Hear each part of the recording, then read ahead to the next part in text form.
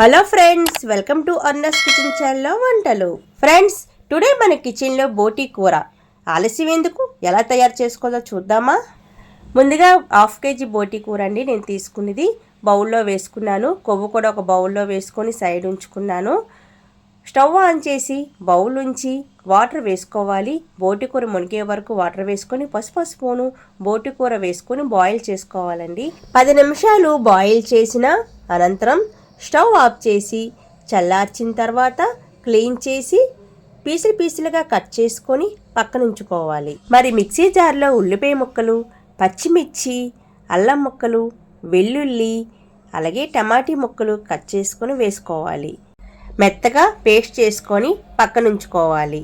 Stove on చేసి cooker ఉంచి oil 1 spoon వేసుకొని ఆవాలు 1 స్పూను, జీలకర్ర 1 స్పూను, అలాగే ఎండుమిర్చి 1 కట్ చేసి వేసుకోవాలి. అంగ మసాలా పుల్లాపు 1, దాల్చిన చెక్క 1, లవంగాలు 2, మరాఠీ మొగ్గ 1, జాంపత్రి 1, యాలకులు 2, పచ్చిమిర్చి 2 కట్ చేసి వేసుకోవాలి. కరివేపాకు కూడా వేసుకొని ఒకసారి కలపండి. ఉల్లిపాయ ముక్కలుగా కట్ చేసుకొని వేసుకోవాలి. ఫ్రై చేసుకోవాలి. బ్రౌన్ కలర్ వచ్చే వరకు ఫ్రై చేసుకొని పసుపు స్పూను, తగినంత సాల్ట్ వేసుకోవాలి. వేసుకునే అనంతరం ఒకసారి కలపండి.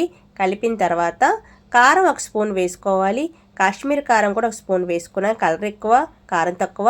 2 స్పూన్లు ధనియా పొడి వేసుకొని ఒకసారి కలపండి. మనం క్లీన్ చేసి ఉంచుకున్న బోటి కూర కూడా వేసుకొని ఒకసారి కలపండి.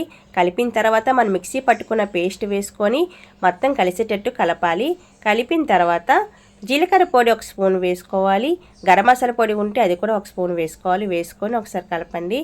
మనం కొవ్వు వేరే ఉంచాం కదా, అది ఇప్పుడు వేసుకోవాలి. మనం వేసుకొని ఒకసారి కలిపి సరిపోయినంత వాటర్ వేసుకొని కుక్కర్ క్యాప్ బిగించుకొని 6 విజిల్స్ వచ్చిన వరకు చూడాలి. ఫ్రెండ్స్, బోటి కూర రెడీ. గ్రేవీ తక్కువగా దగ్గరగా చక్కగా అయింది కదా. మనం ఒక బౌల్లో తీసుకుందాం. కొత్తిమీరతో గార్నిష్ చేసుకొని మన ఇంట్లోనే యమ్మీ టేస్టీ బోటి కర్రీ రెడీ. ఫ్రెండ్స్, నేను చేసే పద్ధతిలో మీరు కూడా తప్పకుండా ట్రై చేస్తారు కదా. ఫ్రెండ్స్, లైక్ చేయండి, షేర్ చేయండి, సబ్స్క్రైబ్ చేయండి, కామెంట్ చేయడం అస్సలు మర్చిపోవద్దు.